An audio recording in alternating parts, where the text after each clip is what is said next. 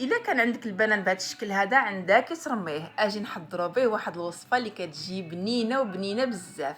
شويه ديال الماء في كاسرونه كنديروا فيه واحد تقريبا واحد 200 غرام ديال الشكلاط بحال هكذا، كنخليوه يذوب على حمام مريم، وكنرجعوا لعند البنان ديالنا كنمعكوه بحال هكذا مزيان مزيان.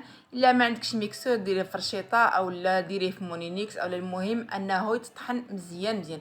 والا كانوا عندك البنان يعني قاصح شي شويه، ديري تقريبا غير واحد كاسه ديال البنانات او لا 4. المهم انه هو يتطحن مزيان مزيان بحال الطريقه هذه حتى كيرجع لنا كريمه ما فيه لا حبيبات لا حتى شي حاجه.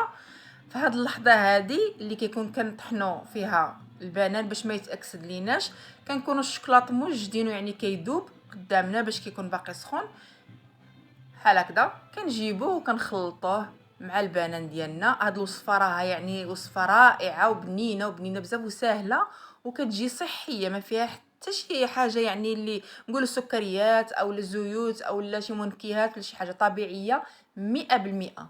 كنخلطوها بهذا الشكل هذا، كنخلطوها يعني مزيان حتى كيندمج لينا داك جوج عناصر كلهم.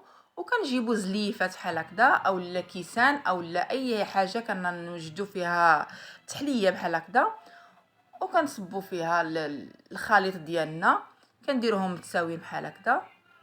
المهم كنحطوا الخليط اللي عندنا كله. ها نتوما هاد شويه اللي درت راه داريت تقريبا واحد 3 ديال الزليفات اللي فيهم واحد الكميه معقوله يعني ماشي غير شويه بحال هكذا. كندخلوهم كونجيلاتور ديالنا حتى كيبردوا لنا مزيان تقريبا كيجمدوا، ولكن ما كيجيوش جامدين. وكنزينوهم بهذه الطريقه او لا باي طريقه تزيين حسب الاختيار وحسب الذوق بهذا الشكل هذا.